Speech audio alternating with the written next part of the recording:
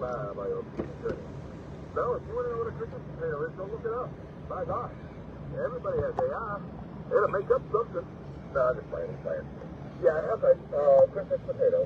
I posted a picture of the paper split in Discord. You can read it from there too. But no one is quite sure how the tradition of the Christmas potato began. Maybe it began half of the 20th century when a young man tossed seasonal greetings wrapped around an uncooked potato into the yards of the houses that were decorated with Christmas lights. It was his way of saying thanks and Merry Christmas. Before the advent of the Christmas potato, there was really no way to easily think so to the holiday season with an unselfish effort.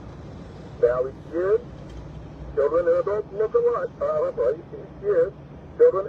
alike look forward to the annual picking of the holiday bud. The live potato. The young man grew up in a town called Topeka, which means a good place to dig potatoes. There you go. Final. We have a great Monday, and we're back to 2 weeks away from that famous Christmas day. KJ5 IoT, sitting back at KC2. KC. Less than 2 weeks. Today's the 8th, so 14 and 8 is 26. He is right. It is Monday morning, and we got good morning. It's just Monday morning. This is the town office. There's the movie theater. The time is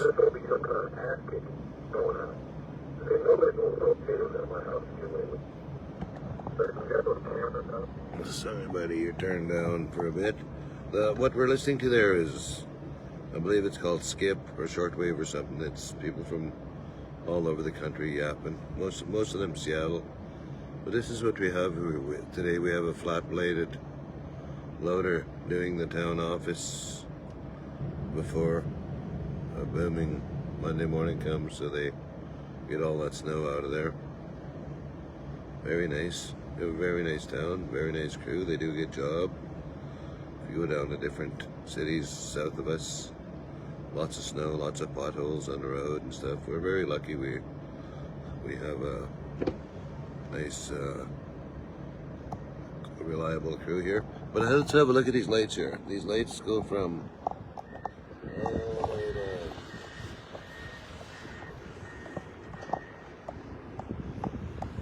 From the north all the way to the south.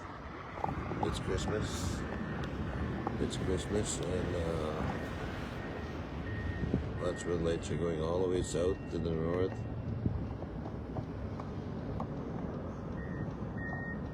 Very busy on a Monday morning. Price of gas, $1.53. We have this place fully renovated. This co-op. It used to be Union 76. There used to be a couple bays there where people went in. Gas used to be 75 cents a gallon. Now it's $1.53 a liter, so it's 20 times $1.53 a liter. So there's 4.5 liters to there's 4.5 liters to a gallon. So if gas was 75 cents a gallon, divide that into 4.5. That's how much it would be a liter. So if you divide it into 4, 75 into 4, that'd be 38, 19, 19. So it'd probably be about 15 cents a liter back then. See, it's 10 times in price. And when we're back in them days in the 70, 75, probably a person was making $5 an hour, $6 an hour. And our wages sure is held in 10 times. We don't make $60 an hour now. So only certain things have gone up. Everything's got to be equal when they rise. But this is how she looks on a Monday morning. Here we got all the lights from one end of town to the other end of town. We got some fresh snow. The temperature's minus 23. And so she looks on a Monday morning. Have a good day, everyone. To all the shut-ins, those that can't make it out. Let's have one last look at these trees here. Let's have one last look at this bank, because this thing is going to be like the dinosaur here pretty soon. They say the Bank of Nova Scotia is closing here soon. It's been here since 70s, so it's been here for 50 years. It's pretty rough shape, you know, this floor is cracking and it needs to be redone, you know. It lives lifespan. And there's a motel behind it called the Fort Motel. Looks pretty rough shape too. They don't even use it anymore. Don't even have motel rooms there. Used to be full of loggers at one time. This town looks actually not too bad. Little town.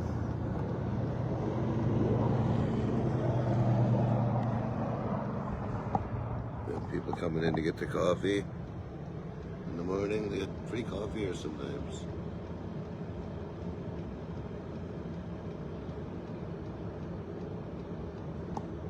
Tasty treats. We are on 50th Avenue South. Over here used to be the trap line. Where was the trap line? It was actually a motel. It was actually a motel. The loaders just had given her. There used to be a hotel down here called Trapline Inn. But before the Trapline, it was called Nelson Inn. I guess Fort Nelson Inn. And before that, it was called Avonlea. And there used to be a bunch of hotel rooms out on top. There used to be a lounge. The lounge is for the heavy-duty whiskey drinkers. And then there was a bar that sold only beer. They had a few pool tables in there. And they had a few pool tables in there. They would have pool tournaments every once in a while. Something very interesting happened in the bar, in this bar in Fort Nelson here, that went on to. Fort Nelson will always remember it, and it's a tradition we still carry on to this day. We got to thank all the volunteers and everyone. But years ago, about 19.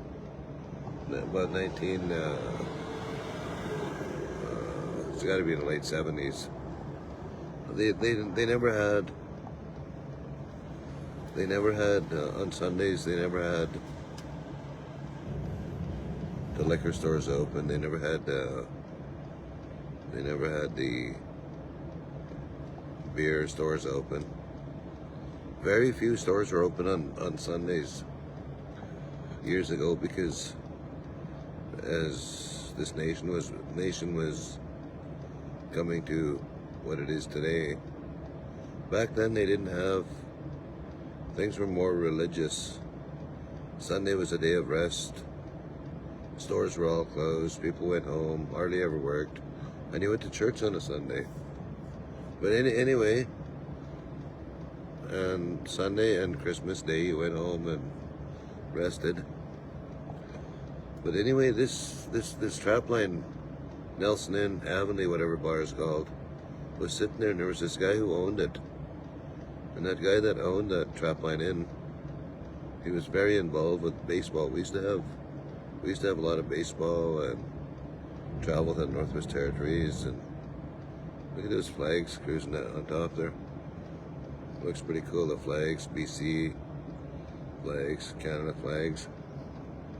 But anyway, this feller who owned Nelson Inn, Trapline Inn, whatever it's called, his name was Stan Jones, and he always wanted to help the town get a Alaska Highway big money baseball tournament, get her going.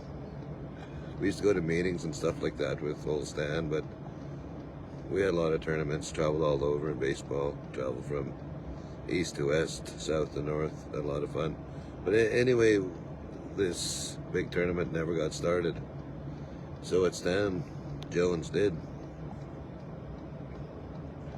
was, there used to be this place in Fort Nelson here, about 3 or 4 blocks away from this, behind this trap line, and there used to be a bunch of old men, and they used to live in that place, and it was called they called it the Ponderosa. Hi, good morning. Good morning, Lorraine. Hope you have a wonderful day.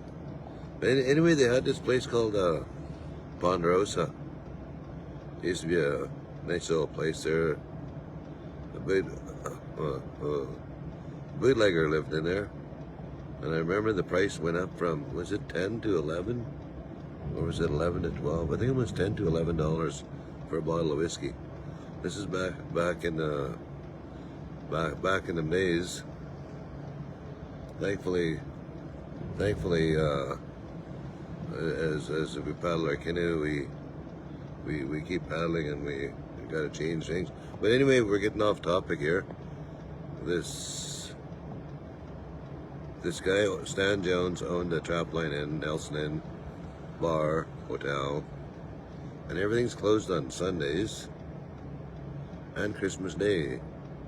So what happens was, when you own a bar, you get all the people coming in, and the Stan Jones had a whole bunch of really old people coming in from the Ponderosa, and they'd come in there, and they wouldn't just sit there and drink beer all day. They'd just sit there and have 1 or 2 beer, make it nurses all day, because they really had not much else to do besides, sit at home. And so they'd rather come down to the bar and have a beer.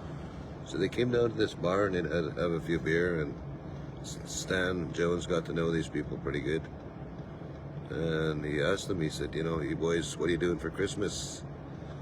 Not too much. He said, well, I'll tell you what. And he invited them all down to this bar here at Trapline Inn to come have a Christmas meal. And he's going to give them turkey and stuff like that, because he just didn't like seeing these old guys sitting at home with no meal or nothing, no family and stuff. So he started it out. There was about 6 or 8 of them, he said. He'd invite them all in there, and they'd have a turkey dinner with him in his trap line, and he'd even give them a beer after a while. So it started out 6 or 8 people coming to the trap line to have a Christmas dinner and a beer, and then it went on for a few years. Went year after year. The years rolled by, and eventually I talked to Stan a few years later. I said, Stan, how many have you had? And I think he said he had 32 or 28 or something. It was right up there, after a few years, people coming in. And then eventually Stan had to leave town because, different businesses and stuff. I heard he moved to maybe somewhere in the Northwest Territories or somewhere, my friend Eddie was telling me. But the Stan moved away, and he gave that Christmas dinner, community dinner, to the firemen and Cliff and the boys, and they took it over. And this place went from 28 people every day, every Christmas, and they said we served over 2,800 in Fort Nelson. Now it's a very community event. Every year they have the firemen, the police, emergency services took over this Stan Jones's Christmas dinner, and now the community feeds from it. And it was on television, they reported it, community, and I believe other communities are doing the same. So that's a little bit of the history here from old Stan Jones. He started out with just giving a few of the boys from the Ponderosa a meal, and it turned into the community took it over. So we got to be really thankful for Stan Jones. It's such a nice event when everyone gets together to have a Christmas meal. All the local stores chip in turkeys and volunteers cook them, and it's a wonderful event. But that's the story about this place here. The time is 8:09 p.m. and 8:09 a.m. It is December the 8th. Temperature's minus 23. We're in Fort Nelson. My name is Dwayne Fred Lowe. To all the shut-ins, those that can't make it out, thank you for tuning in and welcome. Have a good day. God bless.